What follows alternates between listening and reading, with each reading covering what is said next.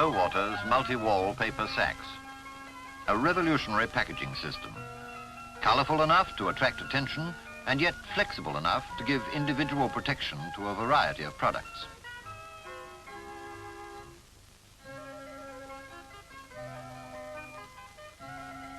To meet the enormous demand for paper sacks, Bowaters have developed machines like this, which can turn out thousands of sacks a day, each sack specifically designed to close limits.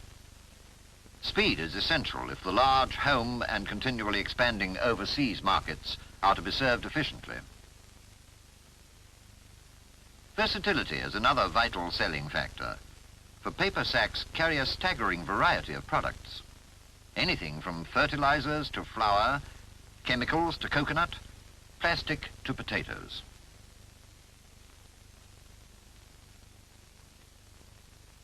It was this very versatility that led to the belief that there was a further use for paper sacks: refuse collection.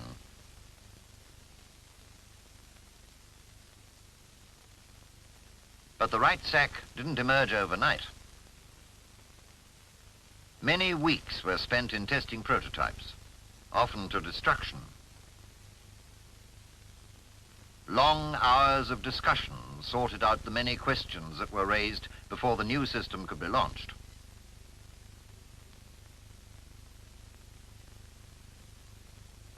Laboratory tests supplied most of the answers to the many design and constructional problems. For instance, this test registers the tear strength of the craft used in the two-ply construction of the refuse sack. It proved that the sack could stand up to the roughest of rough handling. The tensile strength of the sack paper was tested and the point of destruction ascertained. It showed that the sack could withstand tight packing.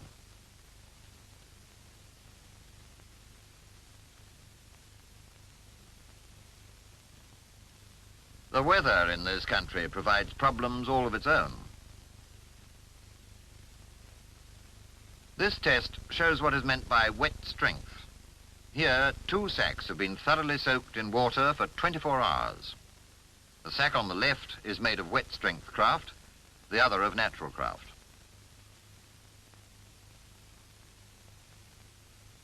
The test speaks for itself. Wet strength is much stronger than ordinary untreated papers when wet, and it regains most of its original strength when it is dried out.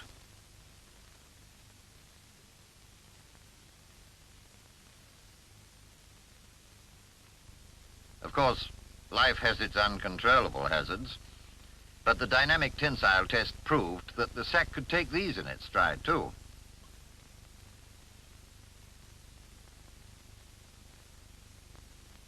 Confident that they had a container that would withstand the rigors of domestic refuse disposal, Bowaters invited the Cheshire town of Ellesmere Port to cooperate with them in launching a pilot scheme.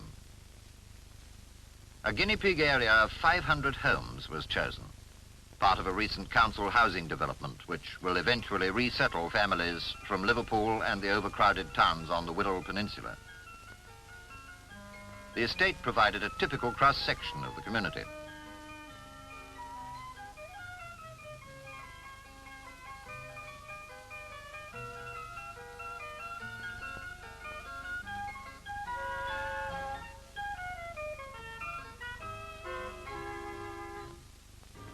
Once the go-ahead was given, Bowaters sent a test team to the estate to study dustbin collection.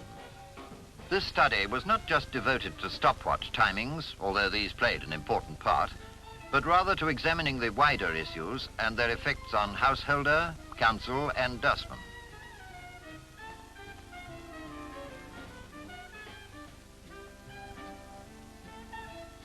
That dustbin collection was slow and arduous revealed itself early in these studies, and so too did the fact that it was a dirty operation.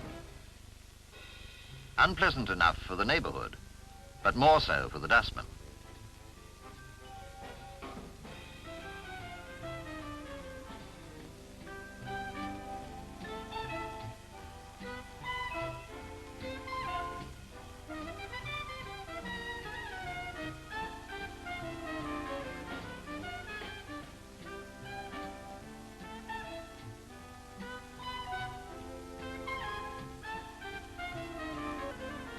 Noise, too, in these days is a social problem.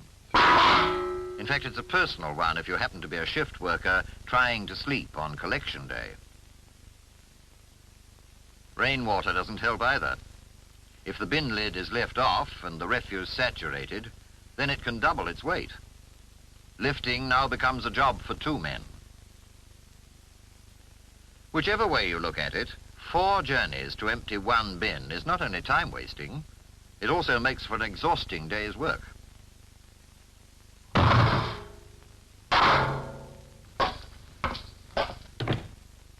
The next step in the pilot scheme was the fitting of the holders. Bowater representatives canvassed the householders, first by letter and later with personal visits to explain the fitting of the sack.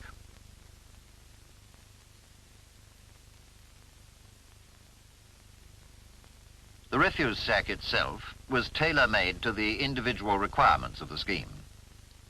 The simply fitted wall holders had been tested to withstand a weight in excess of 80 pounds.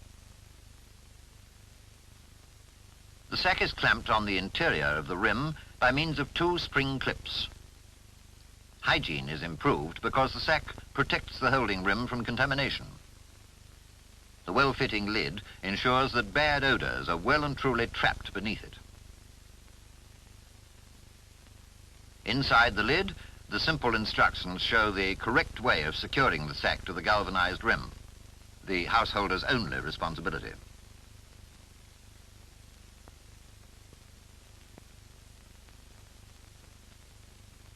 The freestanding model was also popular. Its tubular steel frame made it easy to move but rigid in use.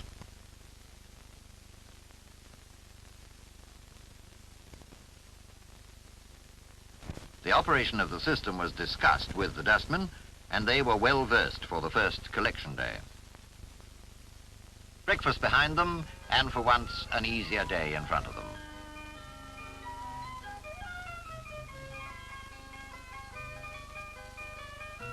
The team has been cut. 3 men now do the job previously done by 4. Each man makes only 1 trip to a house, carrying the replacement sack with him and leaving it under the lid of the holder.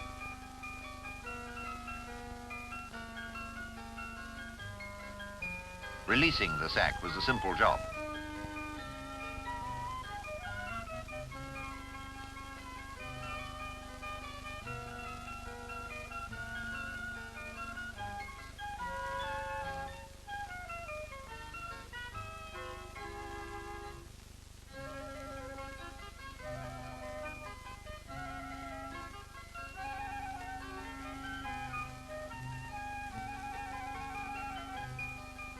Some households have always needed more than 1 dustbin.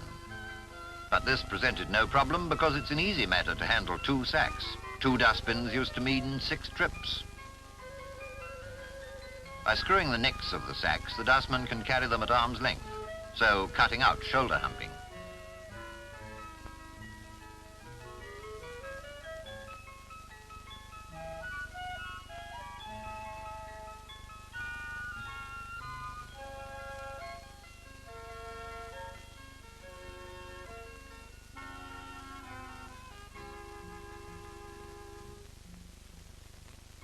The refuse vehicle used in the pilot scheme was the same one as was used for dustbin collection. It was found that it carried the same amount of refuse in sacks as it had loose. After 5 weeks of collection, the 500 homes of the scheme were canvassed to discover what the residents thought about the refuse sack. There's a lot of advantage because there's no noise with it, and the baby can't reach the toilet to dip the bin, and they're much more cleaner, and there's no noise to it at all. Well, I think they're much more hygienic than the other dustbins. When the other dustbins were brought back after emptying, there was always a certain amount of dust left in the bottom. Well, my idea is, I think, they're safer in this respect. When we had the galvanized bins, my daughter used to have a habit of climbing onto the bin and then onto the shed, and she was always falling. But now, since we've got this, she doesn't seem to bother. She doesn't go near it. I think it's a very good idea myself, because they're a lot lighter to use and not quite so heavy as the metal bins. It's easier for the bin man. He doesn't have to make so many journeys to carry in as regards to emptying them. And what had the dustmen to say? Well, you get a bin that's cut on the bottom and the jagged edges on it. You cut your hand while it's on that with a paper sack. Do your clothes last longer? Oh, a lot longer. You get a bin that's wet and it'll run out over your clothes and make them stink and you've got to throw them away. Do your mates like it? Yes, they like it. It's a lot cleaner for them and not so much dust. With a bin you get a lot of dust and it blows in your eyes. Why is it easier at the tip? Well, you just tip up and it all slides out, whereas when you're tipping bins in, it's all wet and it sticks to the sides and it's got to be scraped out. There were other advantages at the tip. After they had been dumped, the sacks bedded down firmly, providing a solid base for the dust cart to run over.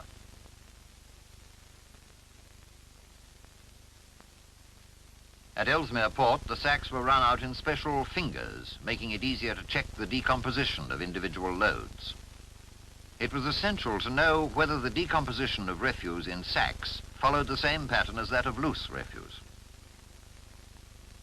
Bowater's research department arranged for probes to be sunk after each week's load had been bedded down. This would enable them to keep a constant check on the decomposition time and temperature. Vitally important if the tipping end of the operation was to be a success.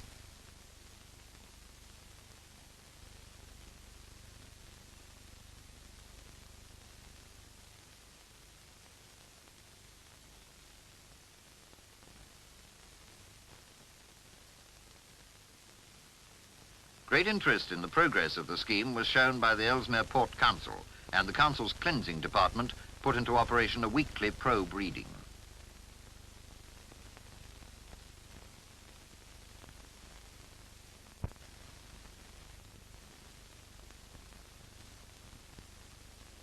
The improved hygiene of the paper sack system is discussed here by Ellesmere Port's Chief Public Health Inspector, Mr. Emlyn Tuft.